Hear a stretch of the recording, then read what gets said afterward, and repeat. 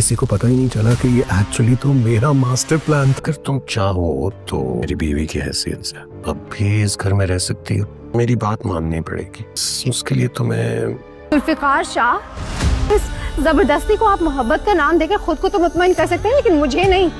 मुझे आपको जानने में 1% भी दिलचस्पी नहीं है। तुम्हें अपनी जिंदगी बर्बाद करने नहीं दूंगा। ये अच्छी एक्टिंग की है तुमने। इसी हफ्ते शादी है सालार और उरुष्मा की। जुल्फिकार शाह तुमसे शादी करना चाहता है तो तुम क्यों नहीं सोचती इस बारे में? जाएगी कहाँ वो? भले कहीं भी जाए, उसे कह दिया जाने के लिए तो जाएगी, चाहे तो उसी लड़के के साथ चली जाए। क्या पता मॉम, तुम एक शराब के पीछे भाग रहे हो। शायद ये शराब ही मेरा मुकद्दर हो। मैं ऐसा सोच भी कैसे सकती हूँ? क्या बकवास कर रही हो तुम? मैं एक धोखेबाज झूठे इंसान की वजह से क्यों ये स्टैंड लूं? जब सलार शादी कर सकता है तो तुम क्यों नहीं कर सकती?